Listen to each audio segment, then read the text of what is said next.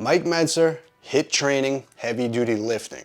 He advocated for briefer training sessions, less frequent training, and in general, performing one single set to absolute failure. Today, we're going to cover one of his more famous routines, his consolidation routine. This is one of his more basic and simplified versions of HIIT training. This consolidation workout called for 2 training sessions, workout A and workout B. Workout A, you had barbell squats, underhand grip lat pull downs, and dips. 3 exercises, all performed for one single set to absolute failure. You would then rest 4 to 7 days, then come back to the gym for workout B. Workout B was conventional deadlifts, press behind the neck, and standing calf raises. Again, 3 exercises, all done for one single set to absolute failure. After you complete this workout, you'll again take another 4 to 7 days rest and come back to workout A again. Now, I think the heart of the program and the principles are all solid. He was trying to get people to train harder, something I'm constantly stressing as well. He was promoting the focus on big compound lifts for progression long term. That's something you've heard me repeat again and again.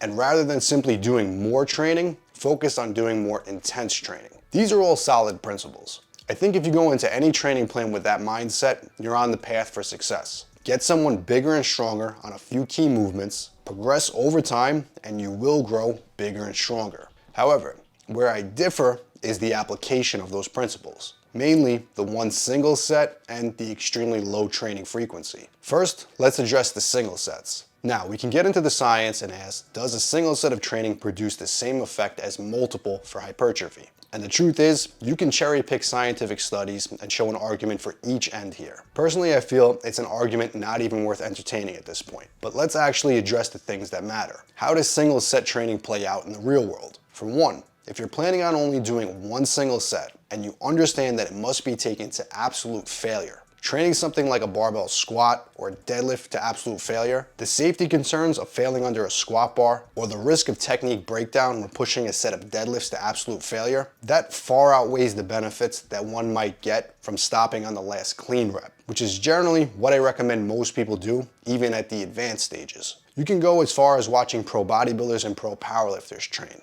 Watch the majority of their sets in their gym, even the most intense sets. They're generally not leaving reps in the tank, but what they're doing is they're stopping the set on the last clean rep. They're not doing additional reps for the sake of reaching failure. They're getting the max out of the set and then they're racking the bar, doing so when there's no more clean reps. This is a very subtle yet significant difference, but I highly recommend everyone understand and distinguish the difference between those two. Now, as far as how this applies to Mentzer's consolidation routine, instead of having someone do one set to failure on, let's say, squats and deadlifts, or even presses for that matter, what if we then do 2 to 3 sets, stopping on the last clean rep? Over time, let's focus on taking someone from a 135-pound deadlift to a 225-pound deadlift. If I can build you up to being able to perform a 405-pound deadlift, does it matter if you achieve that by doing 2 to 3 sets with 1 rep left in the tank? Does it matter if you got there doing one single set to failure? At the end of the day, progression is progression.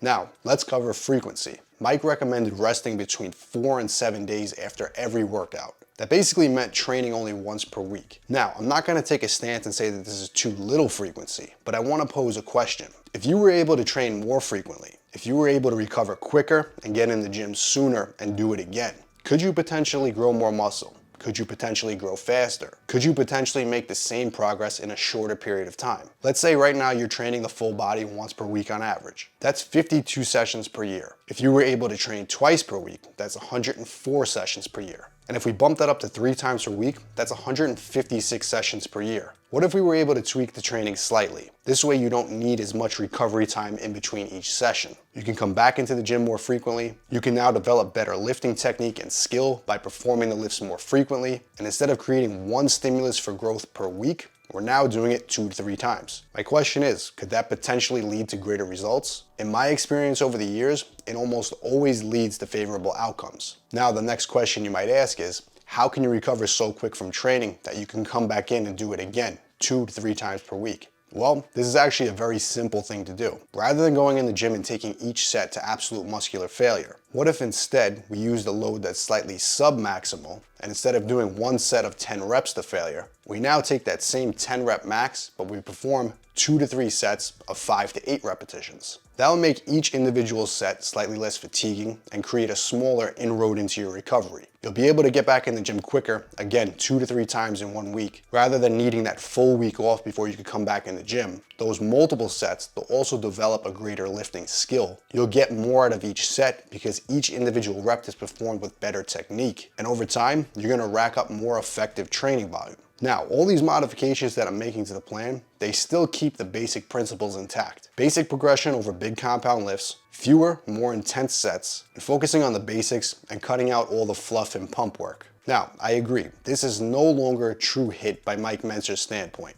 But at the end of the day, I think people get so caught up in following a specific training method or routine that they actually allow their progress to take a back seat. They do this just so they could say they follow a specific method of training. Now, I think for anyone just getting into lifting, or you want to train as little as possible and still make good progress, a very simplified, consolidated routine is great. I do, however, not believe that it's ideal for someone looking to maximize their physique. And I don't want to speak for Mentzer, but I do believe he never intended for his consolidation routine to be meant as a standard bodybuilding template for competitive bodybuilders. He later created his ideal routine, which I think was much more suited for that. But regardless, I think Mentzer's principles are very valuable to the bodybuilding community. He taught people to focus on the most important things that matter. Focus on a few key things in the gym, get stronger, train harder, rest and recover. Now, I think the problem that could happen with any training method is if you take someone who believes so strongly in the principles, they run so far away with them that the actual benefits that they're getting from those principles, they now actually become lost in the application.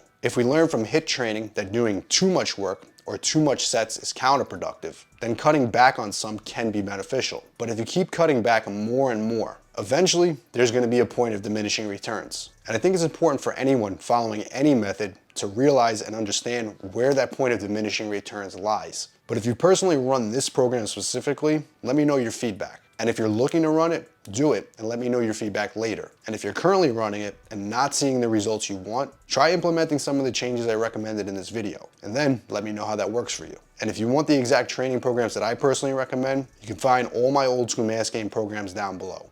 And as always, if you want to see more of the best original bodybuilding content just like this, make sure to hit subscribe.